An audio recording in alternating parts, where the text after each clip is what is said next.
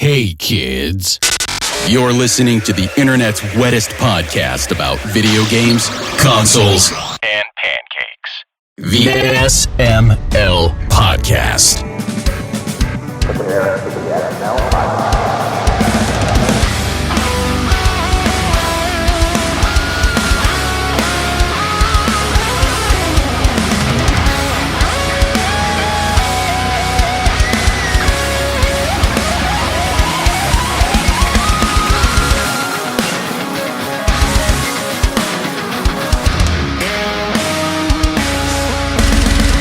What's up, everybody? This is the SML Podcast. I am your host, Joe. Bri is here. Bri, how are you doing? I'm doing great. How are you? I'm excited. Me too. It's weird. It's not usually just me and you at the start of a show. No, it's not. But there's a reason. Yeah. Yeah. We have an interview today. Joining us to chat about everything from wrestling to being Grammy nominated, Raheem Jarbo, aka Mega Ran, is on the show. Ran, how are you doing today? I'm great. Thanks so much for having me, and good that we could finally connect. Absolutely. It's like we're both at MAGFest constantly, and our paths have never intertwined. And I don't know how that's possible at MAGFest.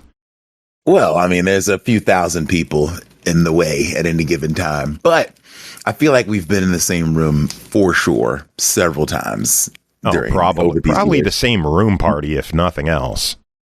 Yeah, I think so. So you just got off a weekend at Comic-Con, correct? Yes. San Diego Comic-Con, my old friend. Every time I think I'm away from it, something pulls me back.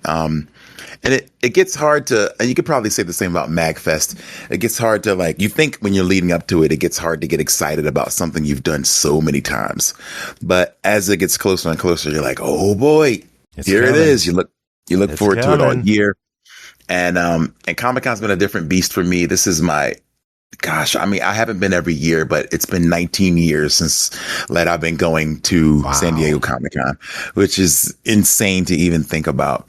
Like, the entire second half of my life has been dominated by Comic-Con, and it's been pretty cool. The first time I went, 2007, I was a guest of Capcom.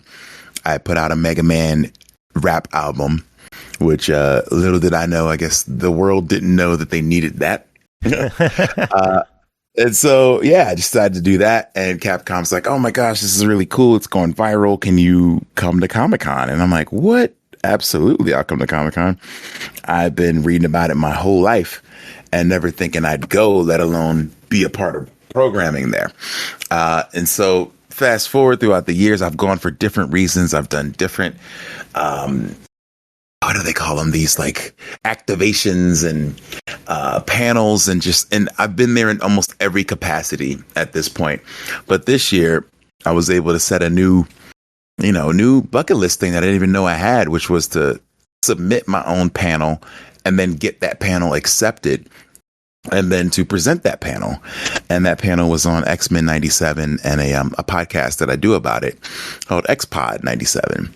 And it was accepted, and we were able to get a bunch of voice actors from the show and producers and fans, and they all gathered and we had an amazing time. So even almost 20 years later, I'm still having new experiences at con, much like I would at a MAGFest. And it's really cool. I could absolutely see where you're coming from there. I've been to every MAGFest, literally every MAGFest since number one, and I'm still doing new things every year. How about that? You still stumble into a new party every year, or you meet some new friends every year, find a new place to eat, a new corner of the arcade room that has a game you haven't seen in a while. There's just always something new. Always something new. So what was the panel about? Like, who all did you have involved in this? Well, we did an X-Men 97 fan experience panel where we were going to just mostly talk about the show, me and my co-host Marcos. But as we started talking about it to other friends, they're like, oh, well, I happen to know one of the actors. Do you think you could ask him? And I'm like, well, sure. And so a few of the guys that have been on our show before, Guy Agostini, who plays Sunspot, have been on the show. And once he, I guess, announced or told his group chat that he was doing our panel, the rest of the guys were like, oh, I want to do the panel. And so next thing you know, we get Isaac Robinson Smith, the voice of Bishop. We got Zara Fuzzle, the voice of She's the voice of Emma Frost. We got the voice of Havoc, Teddy Sears, who's also been in The Flash. There were so many folks that were interested in joining. And so we got to the point where I almost had to cut it off, where we had like such a full stage where I'm like, all right, guys, like, I hate to say this, but we literally cannot take another guest. Because I just wanted to make sure everybody can have, a proper time to speak and not feel like they wasted their time on a panel, where you just like say hello and then it's over. And I've been in those types of panels. So yeah, we wound up with just such an amazing group of people talking about their favorite parts of the show. And then at the end, JP Karliak, the voice of Morph, joined. And I think that was so important because I feel like Morph's so much of the emotional center of the show. So that really gave us a great foundation to build our chat around. And the panel went amazingly well. I'm like, absolutely, like, I was so nervous. It's funny doing something for 20 years. Like, people are like, oh, you've been talking in front of people forever. Like, why is this nerve wracking? And I'm like, well, it just is. Like, this is a new thing for me. And it still feels pretty cool to be an old man and still be able to get new things off the bucket list. Yeah, that hits hard. That hits home because I'm getting up there. Like, we're not spring chickens anymore, and nope. Those special things that you've wanted to accomplish in life, they seem to lose their chance earlier and earlier, it seems. But yeah, man, I did a show with Kimya Dawson, and it was her birthday, and she's like, I am old, guys, but you know what? Being old is so cool. Like, you just didn't know, like, this part of your life would happen. You know what I mean? Like, the idea of getting old, we look at it like it's like, oh man, it's so sad. You're going to have less of these things. But don't you want to know what you're going to look like, what you're going to act like, where you're going to be, what you're going to be doing for work, what are you going to be doing for fun when you're older, like the new places you're going to get to go. So like, growing old is really cool. And I have just kind of started to realize that over the last few years, like, it's a blessing, outside of that part, but it's just really exciting because this is such an unknown chapter in your life. Like, you just don't know. Yeah. 20 years ago, I never would have seen myself with a wife, an army of cats, a podcast I've been doing for over a decade, tons of friends I've made through it. Tons of friends I've made through MAGFest. I could have never seen that happen all those years ago, and I really don't think I'd want to have it go any other way at this point. I'm really happy with where I am right now. Look at that. And that's cool. Like, you got a chance to see it, like, to see this really awesome phase of your life that you never saw coming. That's exciting. That's a good topic to bring up with you. You are very well known for your positivity. What makes you such a happy, positive guy? Well, I've seen enough negative for sure. And that's kind of why I just feel like I want to bring a little bit of light into the world, because people have gotten the darkness part pretty down pat. Yeah. And so I want to, I feel like there's so much of that. There's plenty of that. You turn on the TV, you turn on the news, open the newspaper, you're going to see plenty of negative. So, I think I've maybe taken it as a challenge. Like, I have people who tell me all the time, like, no one wants to hear that positive stuff, or, oh, this is like something we don't want. You know what I mean? And so that's kind of made me challenge myself to bring positivity, because we've always heard like good guys don't win and good news isn't going to be, a headline anywhere and things like that. And maybe there can be too much positivity. I've heard the term toxic positivity and things like that, which sounds crazy to me. But you can't have too much of anything, I suppose. But I just want to give the balance. That's all. And I just feel like there is enough sad in the world that I just want to try to balance it out the best I can. It's a great message. I mean, I like your comments about aging and getting to that new phase of life. Like that's some positive stuff that I think we can take into today, and we need that positivity, definitely. I need that positivity. Let's be real. I need that positivity. Yeah. Glad to help. So, Bri, you were very excited about this chat because Megaran appeared on an album that you enjoyed recently, correct? Yeah. I happen to be a really big fan of Bear McCreary, and The Singularity is like permanently in my car as the CD I listen to when I drive. So that was kind of exciting. I went down a little rabbit hole last night doing some research for the interview just to find out more about you and some things that we could talk about. Cause I honestly didn't know about you very much until the Bear McCreary album, and Joe here brought some of your other works to my attention. So, I actually listened to some of your podcasts last night, specifically the Castle Grayskull Radio episode 6. Nice. So that was a fun listen last night. But I'm dying to know what was it like working with Bear McCreary on The Singularity? How much of your writing was involved with the song? Like, tell me more than the internet has shown me. Oh man, that was so fun. Shout out to Bear. Bear's amazing. We met ironically at San Diego Comic-Con. Yes. Yeah. There was I feel like maybe we talked about that, but yeah, like maybe my second or third year going, we just were both randomly connected at Capcom's booth because we were both working with them at the time. And they were running out of time. So like, can you guys both just do this interview together? And we're like, sure. And when someone promises you your own time and they're like, hey, can we just like give you half of what we promised you? You're like, this doesn't sound exciting. And then turns out that we both get along. We were just like, we hit it off. We hung out so many more times since then. And during pandemic, he hits me up about doing a song for The Singularity, which I think came out maybe a few years after.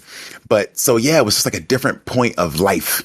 So I wrote a song called First Day Out, and it was just about imagining the day after pandemic, like the day after lockdown.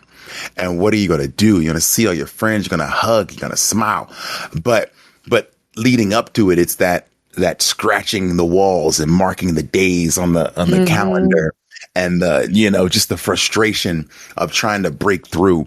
And it became a little bit more of an emotional song than I typically would write. My stuff kind of since then has been a lot more bright and sparkly.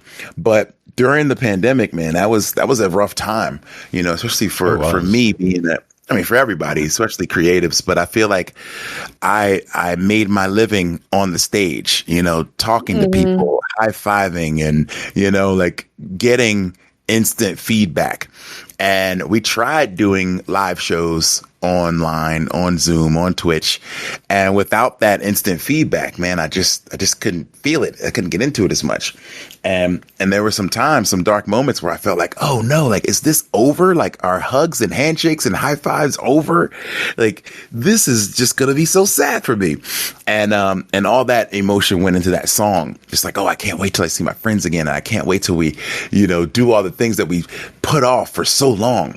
On our first day out, we're going to fix it all, And so that was the emotion that went into that song. And I really enjoyed writing with Bear because, as an amazing producer, composer, he was able to give me feedback. So he'd come back to me. Normally people ask me to write raps. They're like, we trust you with the subjects. Just do your thing.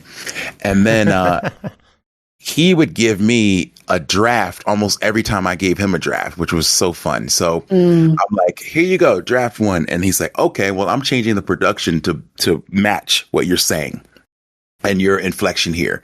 And so the production starts building and building and, oh, I need more percussion here. I need more guitars here, and I love that. So he'd give it back to me and I say, oh, well, what about if I do this?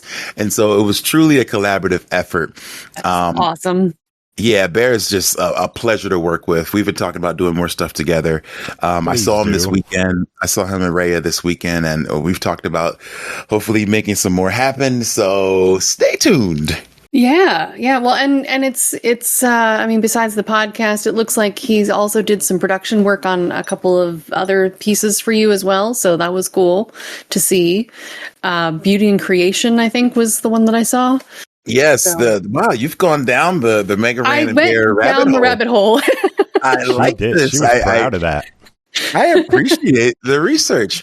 Yeah, I did a track, Beauty and Creation, and it's basically, God, it's a great song to bring up right now because it's kind of become a basis for my creative output almost since then. Like how awesome it is that we get to create things, Yeah. with our hands or with our mind, something that wasn't there before.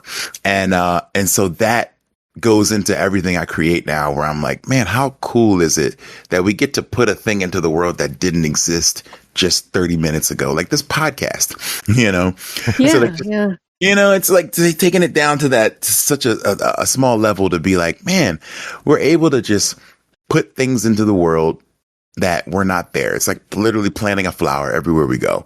Mm-hmm. And I just think it's such a cool thing and that I don't take lightly. So I try to make sure that, we put our all into everything we make and make sure it's something that we're proud of. Yeah, definitely. Mm-hmm. I'm wondering, did you actually get to see the graphic novel for the Singularity album as well? Yes. It's so good. Yeah. It really is. I was not expecting what I got for First Day Out in the graphic novel. It's so short, first of all, but it's a really powerful message that I took away. And for the rest of you who don't know what I'm talking about, the graphic novel is just like these multiple lives. It's kind of the concept of the album that this person lives through, going through these different universes. And in this particular life, the woman, she's in chains and she's tired and her captors call her weak and she's tired. She's like, that doesn't make me weak. I've been through more than you know. And that makes me more powerful than you know too. And she breaks out of her chains in this like Super Saiyan moment and she leads the other prisoners to overcome the oppressors. And I just thought that was such a great take on that song too. Yeah, it really was. Yeah. They did a great job with that. I'm excited. He has another album coming out. So yeah. Singularity Eclipsis, I think it's called. Okay. Mm-hmm. Yeah, there's another one coming. And a tour as well. So, yeah, Bear's working hard on so much cool stuff. So, you've collaborated with a lot of other people. What were some of your favorite collaborations? Well, I mean, Bear's right at the top of the list for sure. There's another composer named T. Lopes who excellent composer. He's done Sonic Mania and so many other things. He did the Teenage Mutant Ninja Turtles Shredder's Revenge soundtrack. And we worked together on the ending credits theme called It's a Pizza Party. And that was like total bucket list to be a part of the Turtles universe. Man, I've been loving Turtles my whole life. And the game is just excellent. Perfect throwback to the old style Turtles in Time beat 'em ups. And yeah, to have the ending credit song, like the last thing you hear when you beat the game, is an absolute honor. So I love collaborating. I'm an only child, so I feel like maybe I just kind of make up for that by working with a bunch of friends, That's a good take, yeah. Yeah, so I really, really love collaborating. Another one of my favorites, we've done a couple of things together, is Will Roger, who's most recently composed Helldivers. But prior to that, he did Mortal Kombat 1, and we did a track for that. That is one of my favorites. And I've been a fan of Will. He came on the show a couple months ago. He came on to hang out with us. Nice. Another Mag party with fam. Mag. Yes, another Mag fam cat who is just a great hang all around. We got to hang out at the Grammys as well, which was really cool. And he introduced me to so many of his really awesome friends that are still friends today. So that's the sign of a good guy. Yeah, Will is good peoples. Someone else I know that you collaborate with awesome who is good peoples is our good friend Mustin, who says hi, by the way. Oh my gosh. Hello, Mustin. Yeah. Oh man, I used to sleep at his house when we would tour through his area, and always had a great time. Just a genius producer. He's done a ton of records with me, and the One Ups, his band, are legends in the VGM scene. Yeah, man, just one of my favorites to collab with for sure. Thanks for mentioning him. Shout out to Mustin. Yeah, I love Mustin. He's easily one of the best people I've met in my life. There was a time you mentioned how you got to crash at his place during concerts. I went to drive to Fayetteville to see a concert and then drive back to, I was in Weiner, Arkansas at the time. Yes, the town was Weiner. So northeast to northwest, back to northeast. My car broke down on the way there. Mustin let me crash at his place for 2 weeks while the alternator was fixed and replaced. Nice. That's a friend, to just let you chill for that long. That's a good dude. Yeah. He is a good dude. He is, because, I'm sure you're a great guy, but no, I don't not really. know. I don't know if I would do that.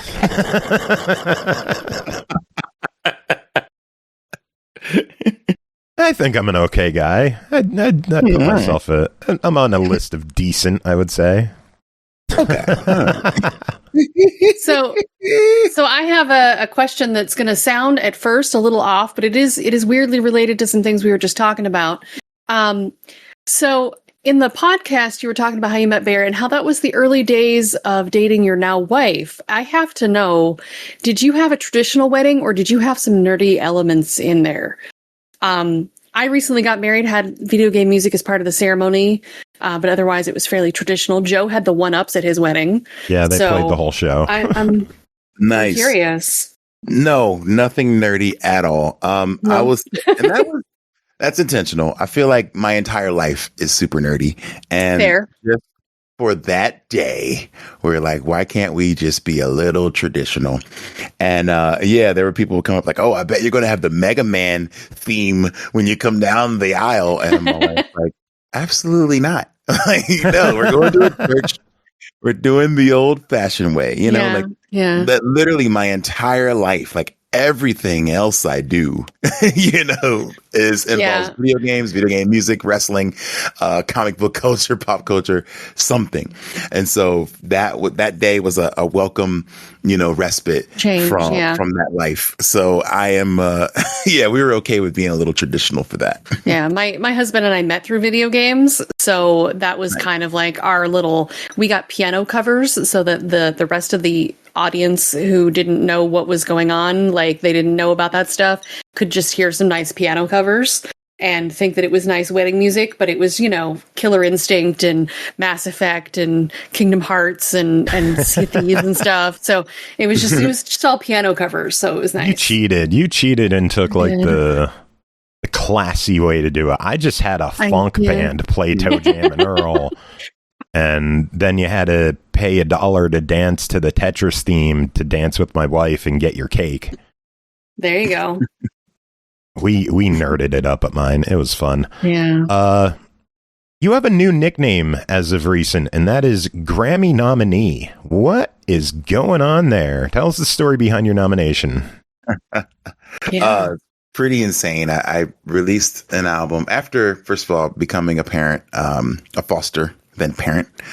It inspired me to just write different types of music. So I started writing a kids album, and it was received pretty well.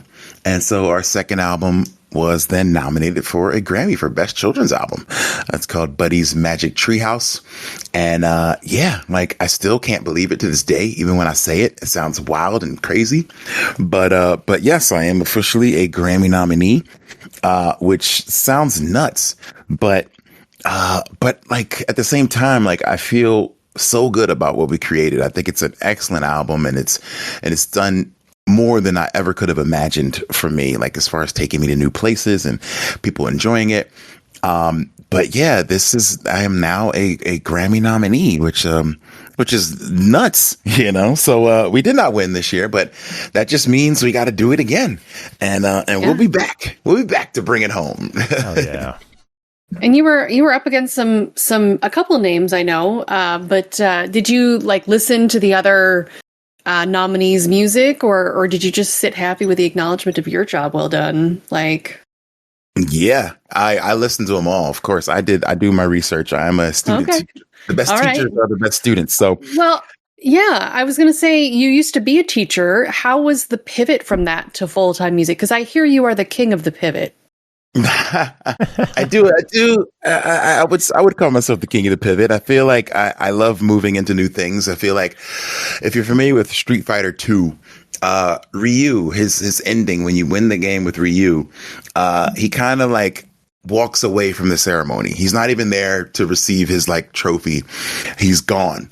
And they're like, where did Ryu go? And he's walking off the beaten path. And then he gets to a mountain and he's just uppercutting the mountain. He's training for the next challenge, you know, and that's me just uppercutting the mountain, looking to get better, sharper, and to move forward, you know. And so that's always me. I just want to always find the next challenge. And so children's music has been the next challenge for me. And it has really invigorated me in my creative output. So I'm very, very pleased that where it's been able to take me. And I guess we'll continue to in the future. Nice. Now, did you have a victory speech written out, or were you going to just shoot from the heart if you got the victory? I was going to wing it. Actually, it was the people kept asking me, did you write a speech? Did you write a speech? I'm like, no. I started jotting some things down about 3 categories before mine was going to be read. So while we were sitting there, I was like, I definitely don't want to forget my mom. I don't want to forget my teacher who made me better, you know? So I wrote down a couple of names just so that I wouldn't like forget them. But I felt like it was going to be bad luck to write a speech. I don't know. Is that a thing in the industry that writing speeches is bad luck? No, I don't think so. I just didn't want to jinx it. You know, I'm always thinking fair. Like, when you make that move, I don't know. It's preparation. So it seems silly that I would say like preparing is, bad luck. But in my mind, I felt like, if I start, and I think it was, you know what? I know what it really is as I'm saying it. I didn't want to fully immerse myself in the possibility that I could lose, you know? And I think having that talk would have made me really think about, well, what if you don't win, you know? And so I never allowed myself to get wrapped up in that moment until after I didn't win, which sounds weird, I guess, but I didn't want to think about what are you going to do when you win? Oh man, you're going to be a Grammy winner. Oh, it's blah, blah, blah. So I just didn't want to get myself fully emotionally wrapped up in the possibility that I could lose, you know? Yeah. Like the disappointment of that. And so I wasn't ready to handle what would have been surely a really sad moment for me. And so I just didn't let myself get wrapped up. Did you find it easier to I don't know, cope with not winning? I don't know if that would be the right word. Yeah, I feel like I never got emotionally high or emotionally low, which I think is good. I just enjoyed the moment. Just kept you grounded. That is, I think just staying centered and grounded is the best way for me to cope. You know, I didn't want to be inconsolably sobbing, whether I won or lost, you know? Mm-hmm. So I think I just had to keep my emotions centered. Bri, what other questions do you have before things shift gears? I have a lot of things I'd like to ask, but one of them is about being a dad. So bear with me here. I want to ask what some of your earliest video game memories are. Like, what were some of your first platforms or some of the first games you remember playing? Well, I was an Atari 2600 guy initially. Yeah. That's the first time I really played home stuff. So that was Pac-Man, Yara's Revenge, Pitfall, games like that. Then moving on to the NES, Super Mario, of course, Zelda, Castlevania, but Mega Man. I mean, obviously, Mega Man is the game that moved me. It was the music, it was the gameplay. I feel like a lot of the Capcom games, for sure, like attracted me. So, DuckTales. Yes. Man, there was Chip and Dale. Like we would rent all these games every week, and they always had really fun music and great gameplay. And so I record myself playing these games on my VCR, just so I could come back to them. And then after that, I would get a handheld recorder and record like the OSTs by just sitting it right next to the TV. And then I would take that cassette and put it in my Walkman and go to school listening to it. So I was hooked on video game music at a really, really early age. And so there was definitely the music that attracted me to a lot of these video games. But yeah, like Mega Man, Castlevania, then later on Sonic the Hedgehog. But yeah, if it had a great soundtrack, I was all about it. So how did your experiences as a young gamer change or influence how you are as a parent with video game content? Like, what were some of your is it your son? Yeah. What were some of his early games, and are you concerned as a parent about the content he consumes? That's where my question was kind of leading. Okay, well, he is 4, so now games aren't really a huge thing for him. Not huge. No, he picks up maybe because I don't play around him a lot because Fair. I feel like there's some things maybe he shouldn't see. So, but I do love retro gaming, and when I try to get him into it, he's not always into it. He likes Mario, but his thing is he likes to jump into the pit like immediately. Yeah. Look at that. He says, "Rah!"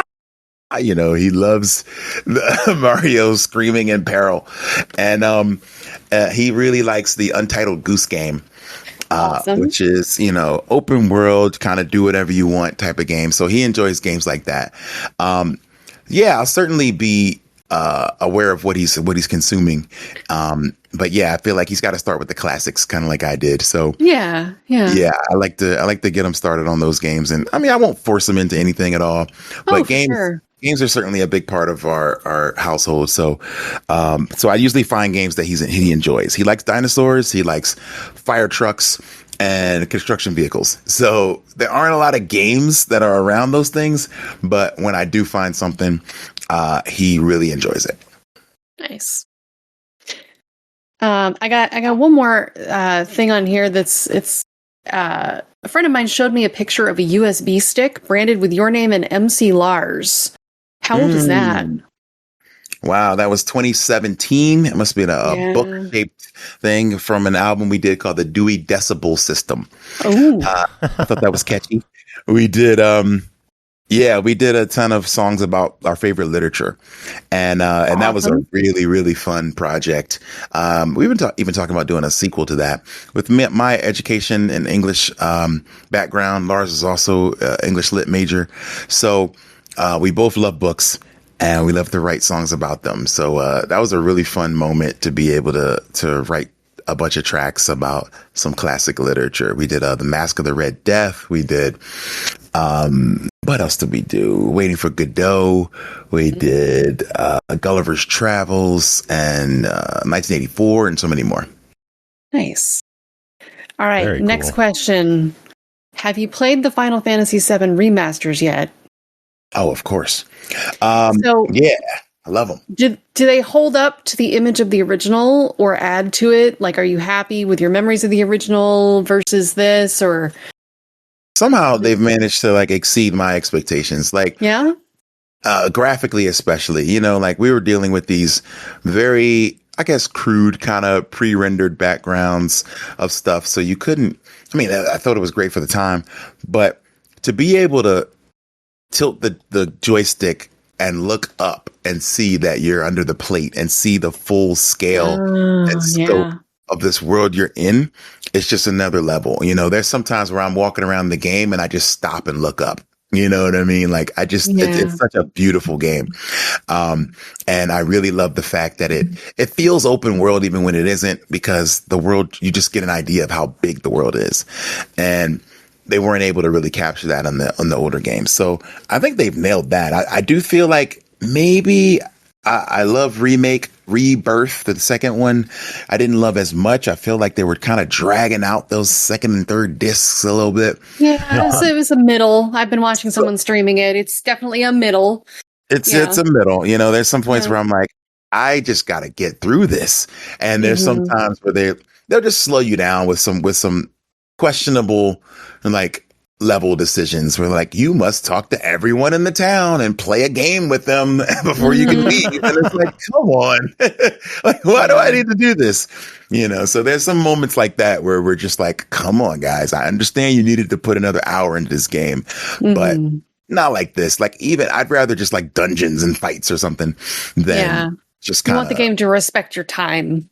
Yeah, you know, so there's some moments where I wish there was a fast forward button, but other than that, I mean, graphics, story, I love the fact that taking some liberties and moving some things around and making some things different. So yeah, I am overall very pleased with the game, and I can't wait for Revelation. I'm so stoked. So I know that FF7 is one of your favorites, but like, what makes it special for you? Well, I mean, I think for me, it was. I think what they say that when something comes out that's truly game changing, a technological advance has to happen at the same time. And that was like Michael Jackson with music videos, you know, and so therefore we'll forever be connected because the music video became a moment with Michael Jackson. And with this, it was 3D role playing. And so we're like, oh, that the system can actually handle full 3D graphics and showing you like a bigger world. And so you're getting these great characters, but you can also see detail in them and their facial expressions and their, you know, conversation. And so that is what did it for me. I loved probably every Final Fantasy game. And just recently Final Fantasy 2 hit in the US hit like a milestone. I guess it was like 30 years or something. And I'm like, I remember renting this. Like, so I've loved pretty much every Final Fantasy. And whenever there's a technological advance, that's why I think 6 and 7 are so special because they hit at a time when they started doing things in role-playing games that we had never seen before.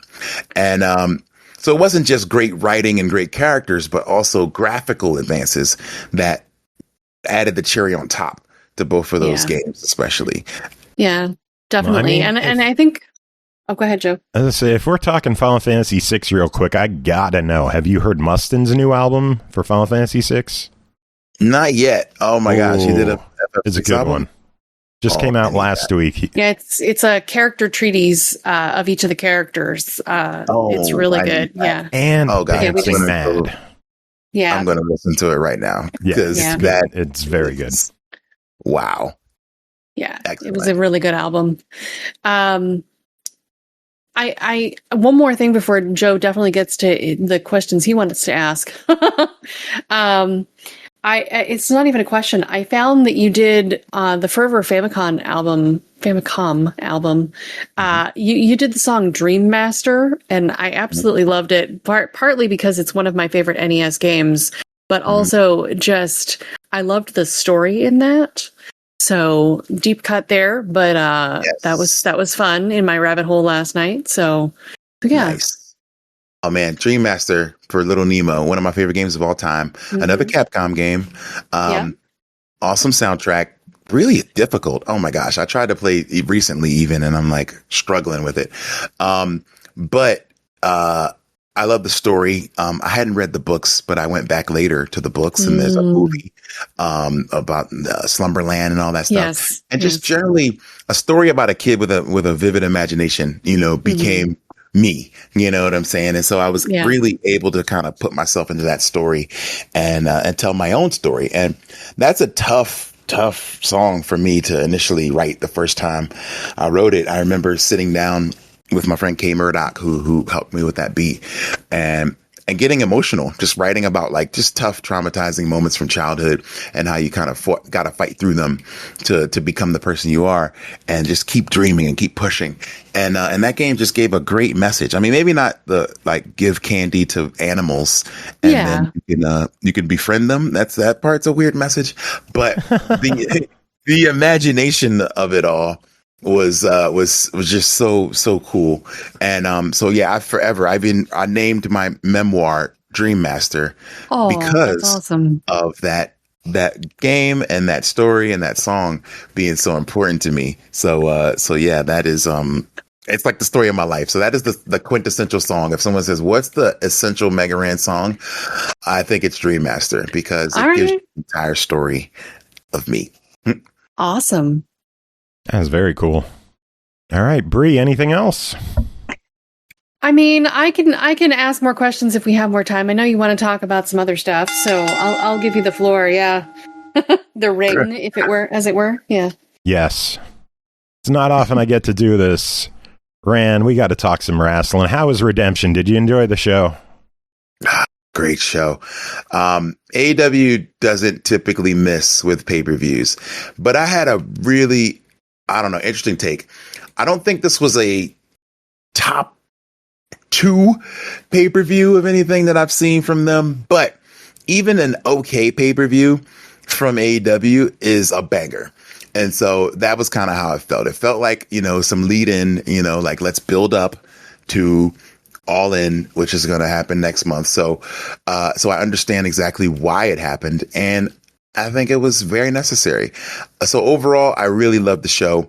Man, there were some moments. There's some incredible moments. There's some like, what's going on moments. But overall, a super, super solid show top to bottom. You're a music fan, so I got to know, what were your thoughts on Kevin Knight's new theme? I did not like it. I thought it was too slow for his character. I did not. I didn't like it. Yeah, it's too slow. I watched it on stream. I watched the main event on stream, and I definitely commented that. Like, it's too slow for a guy like him who's upbeat. Yeah. He's got swagger. Even if he is a heel, like you can slow down Swerve because he's a brooding kind of character. Methodical. Yeah, he's methodical. He's thinking hard about how he's gonna make you pay. But Kevin Knight is way too flamboyant, too fly, too flashy for some slow plodding music. So I understand you gotta switch up for the heels, but I was not a fan of that music. And I understand there were 2 pieces of music that got some complaints during the show. Andrade's as well. I didn't mind his as much. I like his original theme, but I think this one could grow on me. Yeah, it can grow on.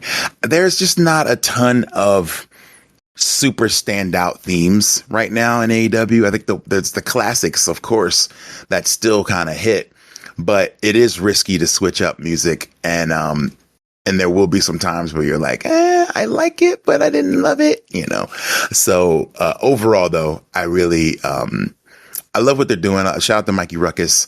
But yeah, sometimes you don't need to make a change. So I wonder if this is like the Kevin Knight thing will wind up like kind of coming back a little bit. What was it like working with Mikey Ruckus? Because you worked together for Shelton, correct? Yes. We've worked together prior to that, too. They made a really cool project called Who We Are. And they did for Black History Month a few years back. And they had some like musicians write like original songs for like are inspired by different wrestlers. And the song we did then. That's right. Yeah, the song we did then that was inspired by Scorpio Sky wound up being his entrance for a while. It was a track I really liked. But Mikey's great, man. Such a professional. I love the detail that he puts into like finding the right people for the job, the production being hands-on, things like that. So yeah, when I did Shelton's theme, it was MVP who actually made the connection. Ruckus sent the song to Shelton. Shelton played it around MVP. MVP said, man, this sounds like some Final Fantasy type music.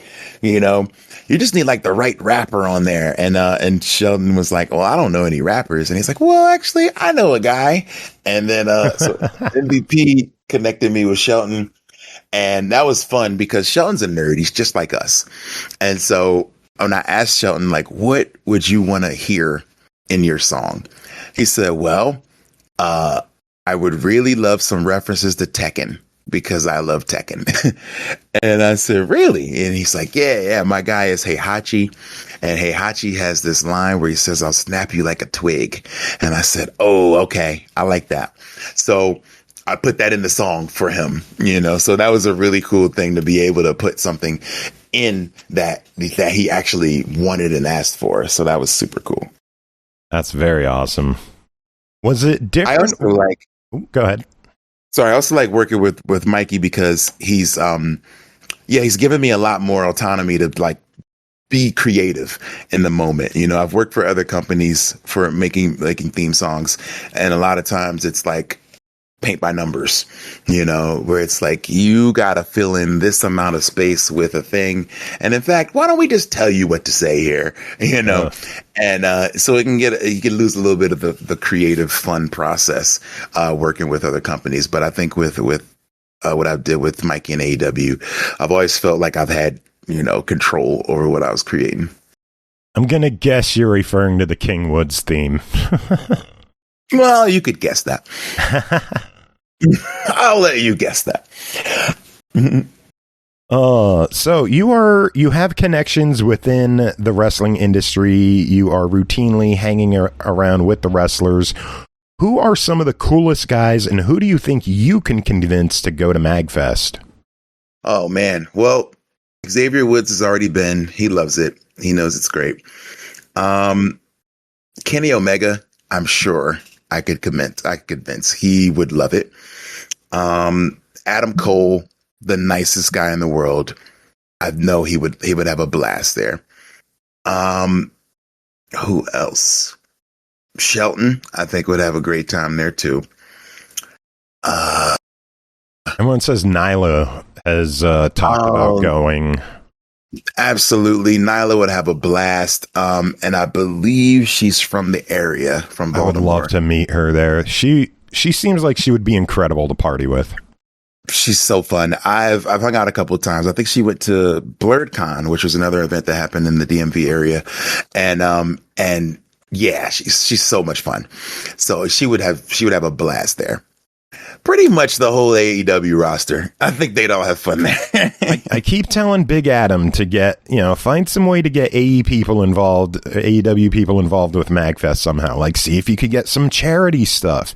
He's like, all I do is run charity. Yeah, see if you could use connections, get like a signed Jeff Jarrett guitar or something. Or yeah, I think there is. I think you'd find plenty of people.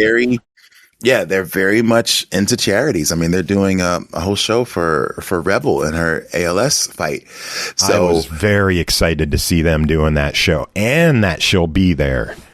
Yeah, that's so cool. So what a disease. I just saw a really good tweet where somebody was like, well, let's not forget that AEW has always been, you know, on the front line when it comes to like supporting important causes. You know, there's Fight for the Fallen and so many other things that they've been involved in. And it's really cool to see a wrestling company being like out there for good causes. In recent years, I have found myself so much more drawn to AEW than to the WWE and their product. And it feels, the more I talk to other people, the more the sentiment is starting to feel the same everywhere. And that people are enjoying the AEW is doing something different. They're doing their own thing, and they're not paying attention to the TKO side of things, where TKO is counter programming. They're trying to block things from happening. And it just seems like they're annoying people with trying to be number one. And I kind of like rooting for the underdog with the better product. Yeah, seriously. It's definitely been a more fun watch when it comes to AEW versus what WWE is doing. I missed Raw last night, and then I saw a couple of highlights, and I'm like, this doesn't seem like I missed much, you know? So yeah, it's definitely AEW. I think is cooking right now. They're really, really firing on all cylinders, and I'm loving the product right now. I missed Raw last night because a friend missed Redemption and wanted to catch it. And I'm like, I will absolutely rewatch Redemption over Raw. And we watched the whole pay-per-view again last night. Love it. And it was still good. Nice. So, if you had a dream to compose a theme song for any wrestler, who would it be? Living, dead, any wrestler. Any wrestler. Oh, man. Okay. Ooh, this is a tough one. I mean, let me think hard about this. Any wrestler, living or dead? Okay. All right. Ooh. This is I tough. got a good one. I got you thinking. All right. Sweet. Okay. I got it. The Macho Man, Randy Savage. That's right. Ooh, yeah. As much as I liked WCW, I think his last one, it was like, "What up, Mach?" And then this beat would drop. I think I could top that. I mean, you've done a number of wrestling albums. Are there any themes that you haven't tackled that are on the drawing board or on a future pegboard for lineups? Yeah. MJF, I haven't tackled yet. Kenny Omega, I did his New Japan theme. I haven't done the Battle Cry. I also would love to do John Cena, but I feel like it's too obvious, so I haven't touched that one. If I did, I'd probably make it a song or something. Like I'd sing. Do John like Cena's, but only rap about things that are invisible. Nah. Like, don't rap about John Cena. Just like see through glass. The air. That's actually a great idea. Water. Fishbowl. I think you got it. Yeah. That's it. Fishbowl. I have horrible ideas. It's not terrible. It's not terrible. Maybe I could make it work. Oh, man. Well, I know we've been chatting for quite a while. Is there anything that you wanted to talk about that we didn't bring up? Well, I don't know when this is hitting, the airwaves, but I'm doing a little bit of touring first week of August with MC Chris. I'll be on the West Coast right after Lollapalooza. So yeah, what are the dates? Get the info out there. Okay. Well, definitely got to get the dates out. So let me take a look. It's August 4th, Portland, Oregon, August 5th, Seattle, August 6th, Eugene, the 7th, Redding, California, the 8th, San Francisco. Also on the 8th, I'm going to be playing at the San Jose Discovery Museum, doing a daytime show for the kids.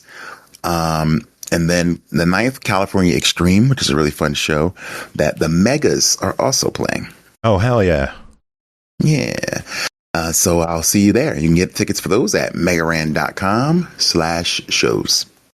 And you are always on tour. It seems like every time I see you, you are promoting your newest tour. Do you have any East Coast plans coming? Yes. Can't announce them yet, but they're happening this fall. I'll have to. I will be talking about it soon. So yes, it's happening.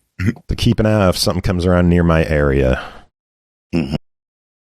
Bri, any other questions on your end?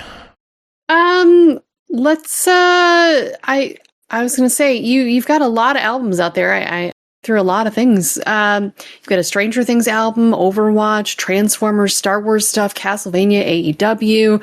What other fandoms are you a part of that you'd like to put your musical spin on? Wow. Well, I'm really loving X-Men 97. And we do a podcast about it. So maybe at some point a little album will take place about X-Men, maybe in the X-Men universe. I'm also working on a Star Wars album that will kind of celebrate 50 years of the franchise. So that's going to come out next year. I don't know. And then I'm going to build my own universes. My albums, Buddy's Magic Toy Box and Treehouse will probably lead to a third in the trilogy, but I don't know what that would be. So, stay tuned, I guess. All right. And, go ahead, Joe. Where can people stay tuned?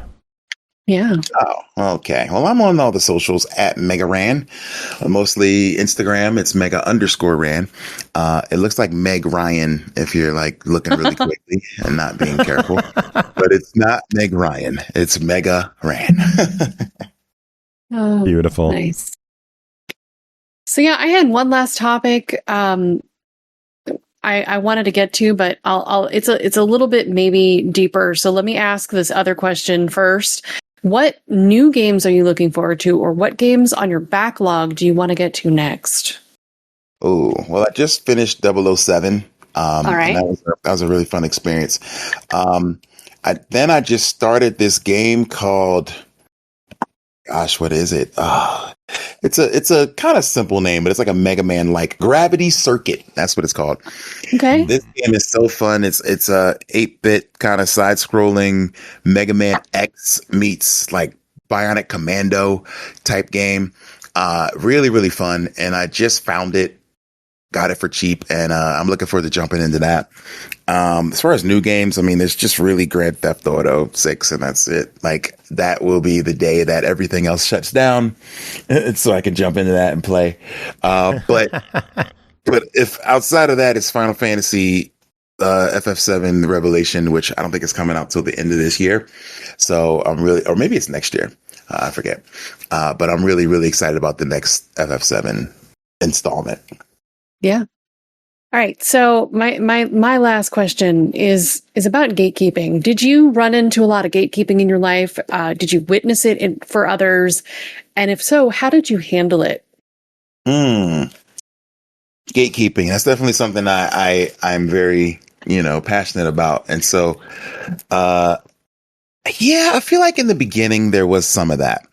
And I think you just kind of fight through it and figure, like, I went from not knowing what, say, nerdcore was to like people kind of lumping me in with it and connecting me with it when I didn't know anyone who had done it. And so then sometimes when I would meet some of the leaders in nerdcore at that time, they're like, you're new here. You get that kind of vibe. And it felt like some sort of a Mean Girls club. And the same with children's music. I thought was going to happen, where I was like, oh, you're moving into this space where people have been making kids music for years. There's been a Raffi and all these other people, for a really long time. Like, who do you think you are? But it wasn't like that at all, man. People were very, very accommodating and welcoming and comforting about like seeing someone, with some, experience maybe in other worlds coming to them. So there's an organization called the Children's Music Network, and they asked me to do like a keynote talk. And I was just like, what? They're like, yeah, talk about how, bringing children's music, bringing hip hop to children's music has been for you and things like that. And maybe how your experiences have helped to shape your output.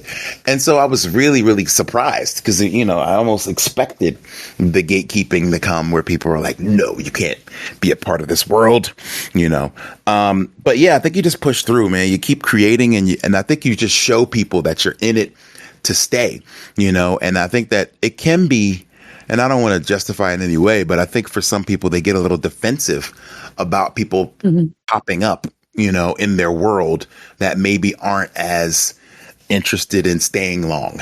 I'll just say that. Yeah. You know what I mean? And so maybe it's happened before, so they get a little sore about the possibility. But when you show people that you are willing to do the appropriate research, make the appropriate connections, give the proper respect to the people who've done it before you, then you'll find that you'll have a much easier time in those worlds.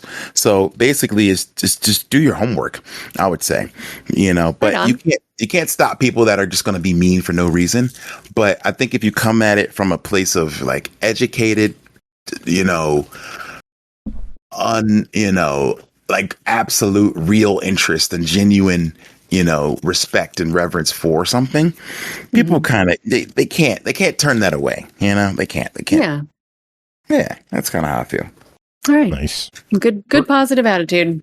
Bri, ask another question. My cats are acting up. I gotta go check on them. I am all out of questions. Let me think on that. Well, let me ask you a question. Okay. What are you looking forward to in the video game world in the future? I am looking to my backlog, honestly. And that's, I do reviews on this podcast. And so a lot of my time, my precious time for gaming gets into the review aspect and not necessarily what I want to sit and play. So I end up with a backlog of things. So like right now I'm really looking for chorecore is my relaxing time. So I like to play like House Flipper. I got a new DLC for that. Nice. So I'm looking forward to being able to relax with that. I'm also looking at retro stuff. My husband and I we just got married in April, and we got a Retrobit console so that we can play NES and SNES carts. And I'm starting to build my collection of carts. I'm not going to go crazy like I did before, but I got Marble Madness and Little Nemo the Dream Master are the first two NES carts I picked up. So I'm excited to get that some time to sit and do some retro play, go through the SNES collection and see what games we want to add to that. So, yeah. Nice. Very cool. Very cool. Marble Madness is great. Yes. Fun challenge. So, yeah, you got some great ones. Oh, yeah. I am back. That's the issues that happen when you have a herd of cats. Way too many of them. I have 14 cats, Ran. Oh, my God. Yeah. Wow. Hey. Okay. Yep. I have a wife, though, so I'm not that crazy. Collectively, maybe. Collectively, we are insane. Ran, it has been an absolute pleasure having you on the show, chatting with us. You already told people where they could keep up to date with you and what you're doing. You mentioned your tour dates. Where can people get the Buddies album? You can get Buddies albums. Actually, there is a really, really great site that has the vinyl, which is extremely pretty. It's the prettiest vinyl that I've ever seen. You can go to needlejuicerecords.com, all one word, Needle Juice.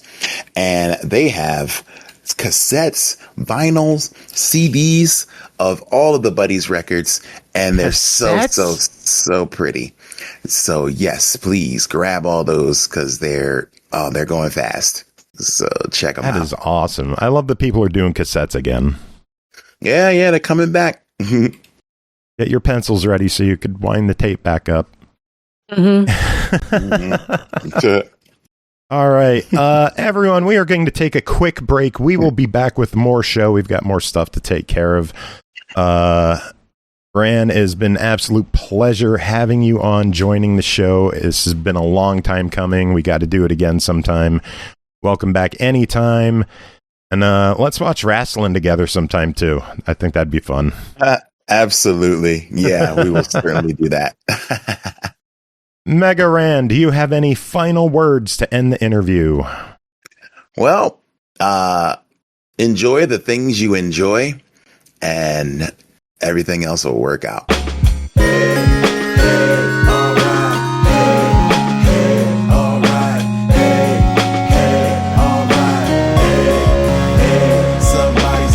Upon a time before beats and the rhymes, and before there was ever any random, there was a boy in the hood who always did good, so the bullies of the block couldn't stand him. And on Christmas and birthdays he got mad presents, so many he didn't know what to play with.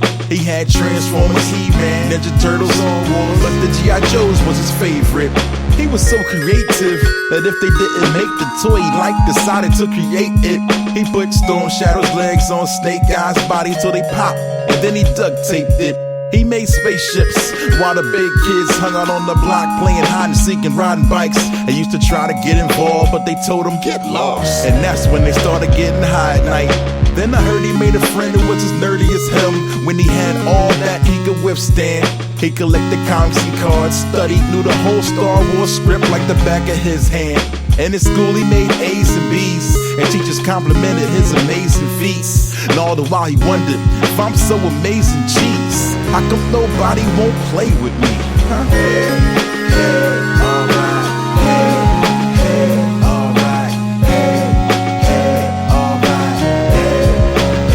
Somebody say,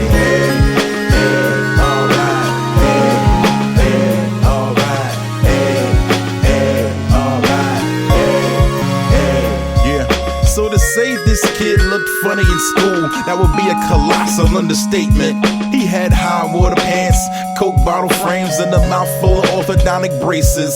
First girlfriend was named Christina Perez. He took her everywhere, now the boy's so cool, but she dated him on a dare and left him standing there without a clue. Man, kids could be so cruel. Just when people couldn't like the boy any less, around the same time, Shorty got an NES. Cause his mama felt this was the best way to keep him out of the streets. So though they was penniless, only child, so she didn't want an empty nest. And it's a healthier addiction than cigarettes. And so it began. How did he escape the scene? He sat in front of that screen and chased his dreams.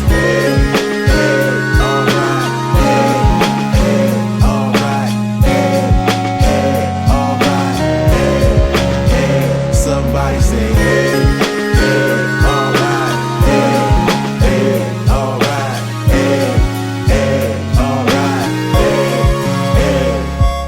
Fast forward a couple years, he gained a couple peers and sucked up game like a vacuum.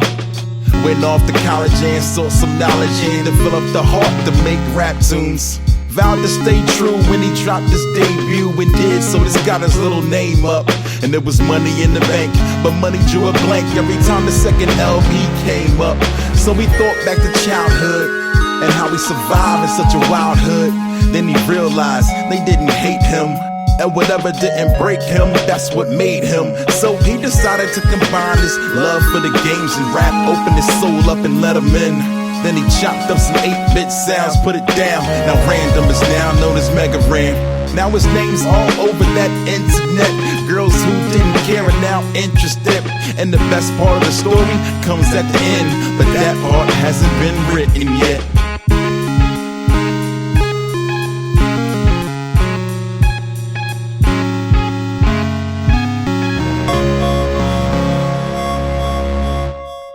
Welcome back, everyone. Thanks for sticking around. Another huge thanks to Mega Ran for coming on and chatting with us. How the hell did we pull that off? That was super fun. I don't know, but it was super fun. Full of positive Weird. All you have to vibes. do is just like ask, and then things can happen. It's magical. Well, I mean, that was some of his message, right? Like you just got to put yourself out there and keep at your craft, and you never know what'll come of it. So yeah, let's hope it pays off for us with a couple listeners. Maybe they'll hit the subscribe or the follow button and stick around for a little bit. By the way, if you are not following us on Twitch, we do giveaways when we do our Twitch shows. You should hang out and chat because we're always giving stuff away. Yeah. Anyway, we have a little bit more show we got to take care of.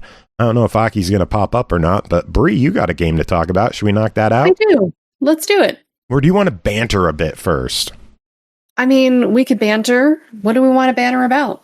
Oh, what'd you play this weekend? What did I play this weekend? I played a ton of AI booby games. I'm so sorry. I know you're disappointed in me, but I got a bunch Sakura. I got a bunch of beautiful Sakura for free or cheap, and I finally decided to knock them all out. They've been sitting in my backlog for a little while. I've gotten them as like channel point redemptions and things, and just generally, I was concerned. My husband has been creeping up on my gamer score, and we are number 2 and 3 in the state for gamer score, and I didn't want him to overtake me. We have these cute shirts that are player 1 and player 2. And I'd like to keep my title as player 1 in the household. So I went on a little gamer spree. I also played some other visual novels that I had backlog, and just yeah. I love it. What the fuck? Yeah. So I got like 40,000 this weekend. I also played some Sea of Thieves with the crew. They had they call it the Golden Glory Weekend. It's like double XP, double money for everything that you do. And we are working on this really long achievement for getting the guild to level 10, essentially, or level 9 or whatever. It's this really long, grindy achievement if you're a small guild of just a handful of active people. It's taken us a couple years, I think, to get to this point where we're really close to the end. So we were just like taking advantage of the double XP to grind that out. So that was fun. Nice. But also work. Yeah. What about you? 1K to game this weekend. All right. Which one? Yeah, Beatdown City Survivors. Nice. I remember we had a chat about that game a few weeks ago with Sean Alexander Allen. Or was it Sean Allen Alexander? I don't remember now. I feel bad. Yeah. Sean AA of New Challenger. Yes. 95 achievements, and I got them all. Nice. So I know there was some conversation about putting some new modes into that. Did they update the game to make like some of that a little easier? There is a hard body mode where if you pick it and go into the modifiers and enable it, you get double health and enemies do half damage. So if people were worried about not being able to beat this game, you can beat this game. You just need to be patient. Find yourself a good character. Once you unlock Pancake, they are amazing to use because they're a cat that moves quick, has a lot of rerolls, and a very high dodge percentage. Nice. Yeah. Nice. So I got another topic to banter about. Let's hear it. What is going on with Xbox right now? This is 2 times now in the last almost week that they've had major outages. The first one was an Azure outage, which was not necessarily their fault, but all day yesterday. What was it, like 20 hours or something? What was that, Monday? It was out for like 16 hours. Yeah. So the weird thing is I had no problems. You didn't? I did. It was like a localized. They were even saying that because of what it is and because of which servers it's on, it was explaining why only some things would be acting up, but others weren't, and why one page would be active, but another wouldn't be, because certain publishers were on certain servers against others.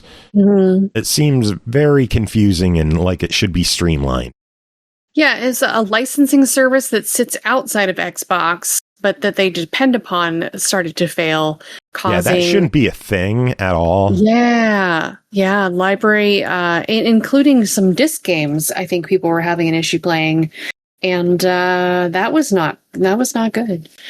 Not at all. I actually got a message that they added as a pop-up because I tried to load a game around, I don't know, o'clock in the afternoon, and it came up with a message like, we know that there's an outage and we're working on it. Actually the latest update for the dashboard of the Xbox has now an outage thing that will pop up on the home screen. Yeah, when there's an outage, which is a couple weeks ago.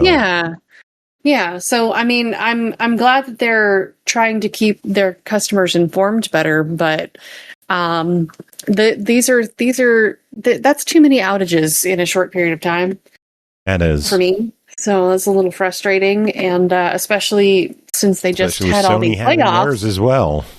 Oh, I know, right? But you think layoffs, and you think like, okay, so it's there to fix these problems when they come up. Is there like an overstep there? Fix it. Yeah. All the humans that were there to fix the problems are no longer there. Yeah. Yay! Yeah. I love this timeline. Yeah. So I know Purnell's not here, but board game chat. Ooh, it's board game chat. I found this thing on Facebook and decided to order it because they gave a 50% off coupon for your first time ordering. And it's like a detective mystery escape room concept that you play at home. And got it for Indri and I to do for date night, and it was super fun. I hate that it's a subscription model for their purchasing, but apparently you can get like other games that they've done previously if they have like leftovers, and they're going to be doing like a storefront at like Target or something. So you can, but it's called Finders Seekers, and they do these different mysteries in different locations, and you get like case files and these puzzles. You have to figure out words, and then you go to the website and type in like the keywords if you've solved the puzzle, and it's like, congratulations, but it gives you like cool history lessons in a like small little bites, so it's not feeling like overwhelming. But it was pretty fun, like a nice little board game. They even had you could use a QR code, and they'd get like recipes and cocktail drink recipes and stuff to go with your theme evening and music and that sort of thing. So that was pretty cool. Nice, just different kind of game. I wish I had friends to play board games. Aww. Wah, wah. Oh, Yeah, I think Aki's dead. yeah. I hope Yeah, not, probably. but yeah. Should we get to that game? Yeah, let's do it. All right. One game to talk about this episode is High Times. Developed and published by Yangyang Mobile. Released July 23rd. Xbox Play Anywhere, Switch, PS5, PC for $19.99. In a world where you can literally eat your feelings, you work at the Hot Box, a special donut shop where every donut is infused with mood enhancers that could change your customers' emotions. But people don't always know what they need. So from flavors that give them courage to ones that lift their spirits, it's up to you to choose the right mood and help each troubled customer. Listen to their stories, offer advice in the form of donuts, and help mend broken relationships. Bri, does this get high marks from you? It does. So Are you this gonna is weed out any of the bad ideas and jokes in there? no, I'm just gonna let you run with that. So You should have so been High like, Times. Joe, just go touch grass. Oh, those are good. Those are Right. high marks. Yeah, indeed. All right. So High Times is a visual novel dating simulator about making donuts and enhancing people's mood. As the name of the developer would suggest, this was previously a mobile game. Being a mobile game means you tap or hold your finger on the screen or wiggle your finger to color in things and the like. And that initially didn't always translate well to the controller. There has been an update to the game in the last week since I started playing this that has actually improved that a little. So kudos to them for taking user suggestions and updating things. But just keep in mind that some of that still is a little cumbersome at times. There was no arrow to move around the menu in a way that I would have expected, but they have added a little more tutorial to that. Again, when I first wrote my notes about this, that was pre this update. So if you had played it when the game first launched and found a struggle, go take another look at this because they have updated the UI a little as well. So this game immediately launches you into a visual novel conversation. You can get to start the game that I guess serves as like kind of tutorial for what kind of game this will be. But it was a little confusing at first. It's very cute though. You work in a donut shop called the Hot Box. You make donuts designed to make your customers feel better. And you get to make your character's body type and dress along with a personal name. Gender assignment is unnecessary. You can be a male in a dress or a femme body in a suit. You do what's up to you. I went with the goth option and Lady M because it seemed appropriate. And then I started my shift. The art reminds me of like 80s comic books with the pop paper filter. It's got bright neons and pinks and speech bubbles and choice points are splashed on the screen. It's delightful. Very, very fitting for the theme of the game. And when each customer comes in, you have a little conversation. There's often a splash page for characters, like a comic book splash page, the first time that you're going to see them, introducing them. And like in the case of your best friend, I think his name was Connor. I could be wrong. It's been a minute since I played this. The customer will give you a little bit of their story and what's going on with the stoner that just lost their girlfriend and needs a pick-me-up. And then you select the best donut to match what they need. He just needed the classic high, which is a vanilla frosted donut. There's also a rainbow high, which is the classic vanilla frosted donut with sprinkles on it. And you have a lot of creative play you can do with your ingredients, which is super fun. You'll then get to go behind the counter screen with a little mini game setup. You'll have to roll out the dough, cut the donut into the right shape, put it in the fryer, wait for the oil to cook up right before you take it out, and then decorate it appropriately. And that was where it was challenging the first time I did this. There was very little instructions. Again, since my notes here, they have upgraded that. There are it's still a little cumbersome. Sometimes you have to hold the A button. Sometimes you have to tap. Figuring out how to sprinkle things or put toppings on was a little challenging at first. You have to use the D-pad to kind of move around in the mini game menu. But yeah, you pull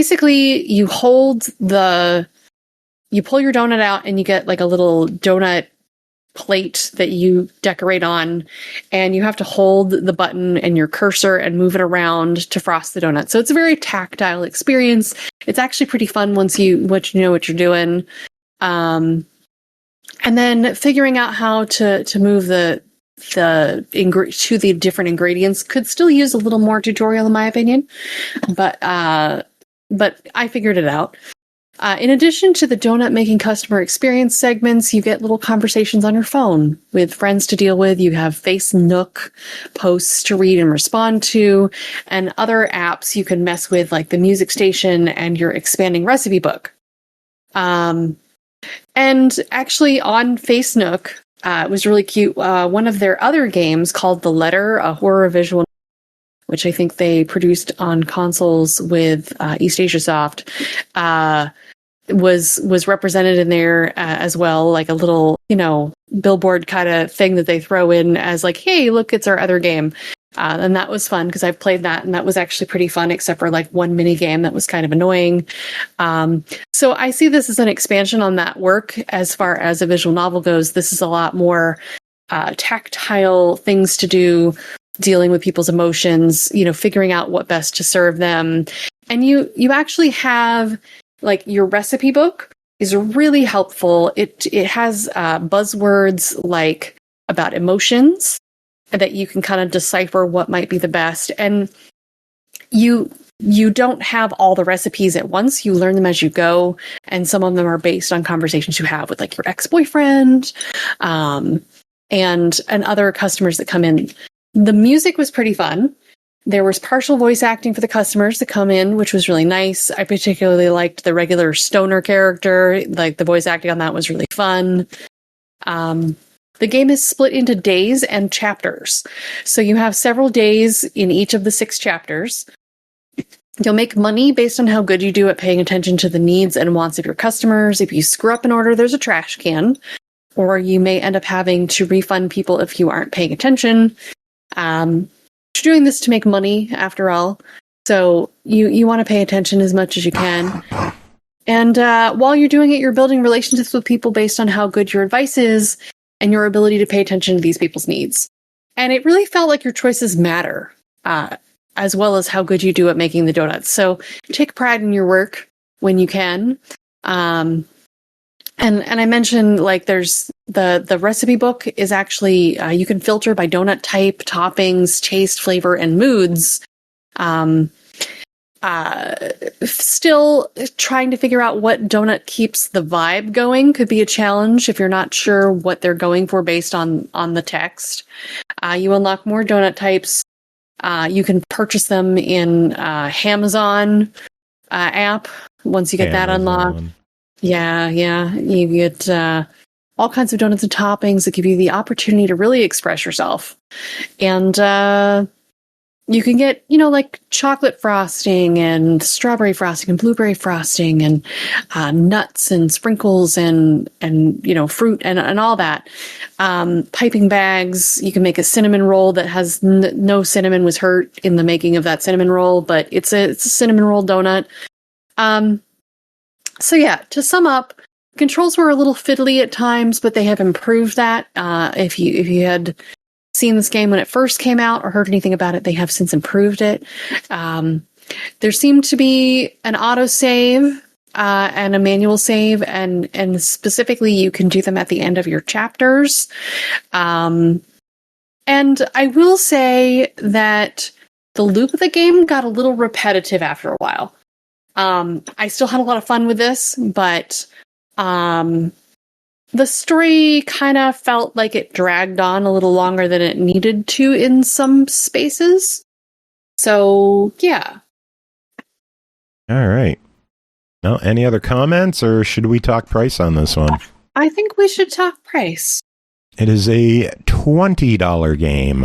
What are your thoughts on High Times at $20? Is it a high price?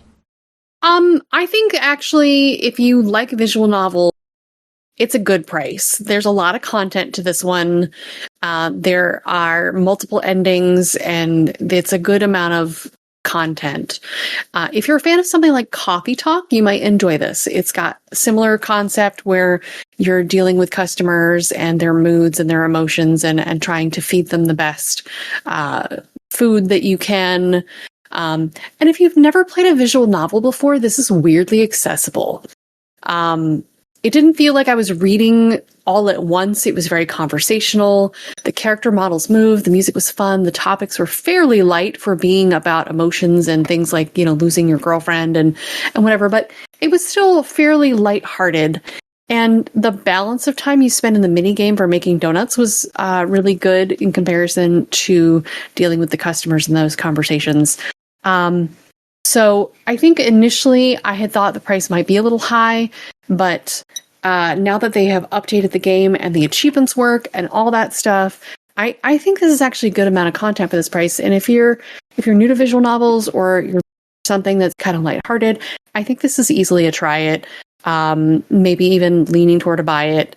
The price still gives me a tiny bit of hesitation, but overall, I really like this one. Awesome. Yeah. Sounds like a good game for a good interview on a good episode of a shitty podcast. Oh. I had to fuck it up somewhere, right? Oh. I hate it. That is it for this episode. No Aki, no Purnell, no Chris, so it's just us, and we did what we got to do, and that's the end. Well, I had fun. I had a lot of fun, and hopefully we get to have more fun in the future doing stuff like this. Teak, you were making it hard for me to talk into the microphone. Yeah, it was great having Ran on. It was really fun chat. Really cool guy. Yes, it was. Catch him on tour. Catch his music. Do what you got to do to hear and support this man. Music this episode. Should I get ballsy and play the Bear McCreary song? I don't know. That's up to you. I don't know the rules of those things very well because I YouTube and I don't platform outside of Twitch, so I don't know the rules, man. Basically, if it gives me a strike before I upload it, I delete it and it doesn't matter. And then I put a different song on. Okay. Yeah, that's fair. So it might get to the point where it's like, you can't put ads on your video. And I'm like, guess what? I don't anyway, because I fucking hate ads. Yeah. So, first day out? Yeah, I mean, it's a great song. First day out. Any final words? No, man, just that was a really great interview, and I hope everybody who's listening if you're new here, give us another shot and listen to what we got, because I think the best is yet to come. The best was probably this episode, so. And then the Mustin one was pretty good, and then Ball Squad a couple years ago. Probably the top three. Yeah? All right, well, we got more in us, I think. I do. We're up to 16 good ones. Yeah.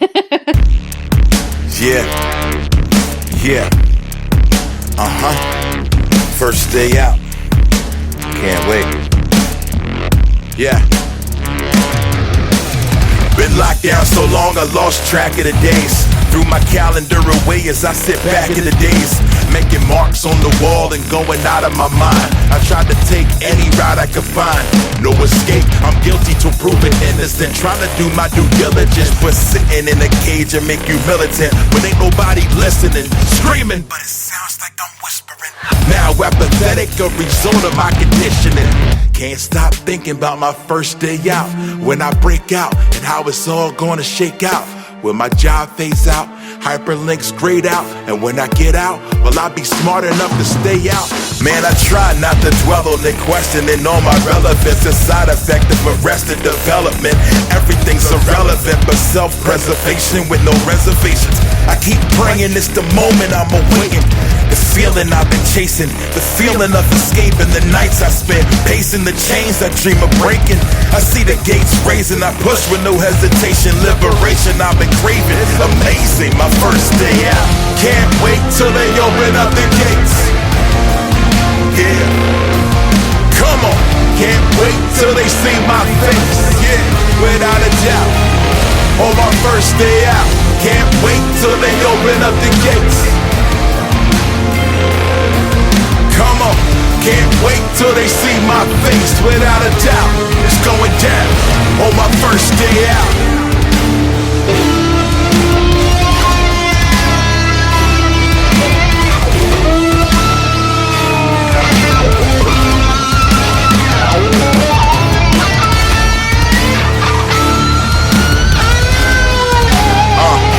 My first day out. Can't wait. Yeah. Last few hours tick down. I watch the hands on the clock inch down. Way too nervous, can't even sit down. Walking, putting holes in the floor. Wondering how much I recognize and the surprises that are in store. Almost expecting some sort of technicality or a minor formality to bring me back to this harsh reality.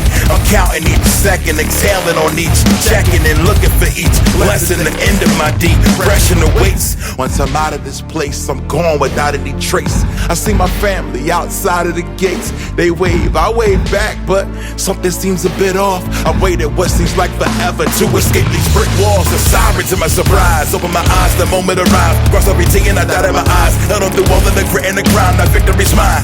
They thought that I'd be eaten by the demon, but I'm sweetened by the thought of freedom. Like the fruit and eating, time to carpe diem.